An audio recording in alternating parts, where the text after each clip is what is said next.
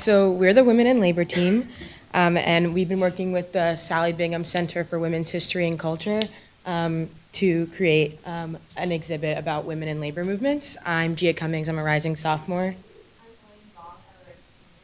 And we also have been working on our team with Sadia Ayez, Claire Payton, newly defended PhD, and our archivist Kelly Wooten and Laura Mickham, who've been great helping us with this project.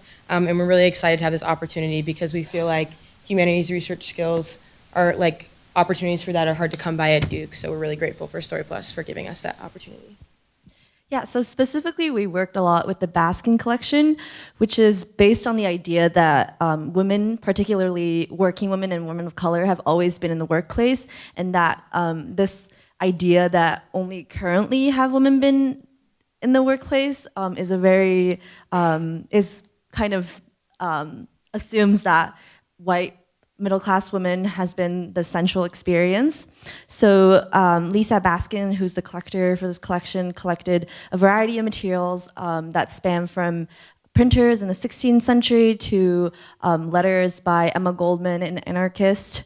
And by bringing attention to both women and workers, these two groups that have been historically marginalized, this collection asserts the importance of the history of these groups and kind of frames them as active agents rather than passive non-agents in history. And they've, in reality, been asserting a lot of control over labor conditions for centuries. So our final product that we created was a website that we used built using Omeka and some basic coding, which will serve as an online research guide to display the wealth of material that the Rubenstein Library has to offer in regards to women in labor movements. So we've made a few collection highlights, including the Barbara Bergman papers, Teresa Elamine papers, papers on the International Ladies Garment Workers Union, and some other ones, where you can click on them, find a summary that we've created, and some objects from the archive that we've highlighted for researchers to come and see what we have to offer prior to attending the archive. And in addition to that, to delve further into the archive and to expand on it, we each created our own individual exhibits dealing with a topic that we found interesting. Yeah, and in building these exhibits, we learned and practiced a lot of humanities research methods. And what we found particularly interesting was that unlike maybe a classroom setting or a science lab, we didn't come in with a very preconceived idea of what we wanted to achieve. We kind of interacted with the materials in a more dynamic way. It was very primary source driven, and we have to figure out for ourselves why these materials are important and how to present them to the audience. And in doing so, we really found that interacting with primary resources comes with choosing an object that other people might not find relevant, and collecting is that same way, collecting and saving objects that people might not find relevant, and creating a narrative out of them and pulling their significance and relevance into a context of a larger story. So that's what we wanted to do with our exhibit. So I'm going to first talk a little bit about my exhibit, which is on prostitution and labor organizing. So I personally found that a lot of debates around prostitution and sex work are characterized by a lot of heated ideological or theoretical debates on both sides, or arguments on both sides, but not a lot of voices of the actual women in the work. So for example, last year in a class, I wrote a paper on the policy implications of different criminalization and decriminalization models, but I found that the research results by scholars are very limited by the lack of data or testimony by real women. So I was really excited to encounter a lot of materials in the Rubenstein and the Baskin Collection representing the voices of these people themselves. In my exhibit, I extensively used the newspaper issues of Coyote, which is arguably the first prostitutes' rights organization in the US, to directly look into what they were saying and what they wanted and kind of reframe them as active agents in history who made an impact on society in their own ways. And I found that they were by no means a very monolithic group. They had very diverse experiences and identities and opinions. And in a way, By doing this, I'm bringing to the forefront voices that have been oppressed by both the creators of this mainstream historical narrative and the idea that sexuality is not something to be spoken of, especially by women.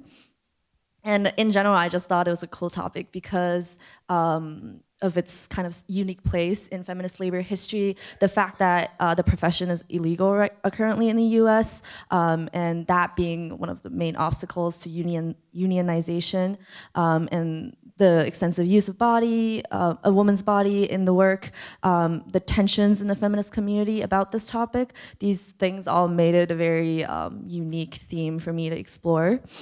So specifically, my exhibit is divided into several different sections. The first one is on women in the suffrage movement and prostitution, where I pulled newspaper articles from The Revolution, which was a newspaper by Elizabeth Stanton and Susan Anthony. And the second section was on 20th century discourses, where I looked into what scholars, especially in early 20th century Chicago, were talking about related to prostitution.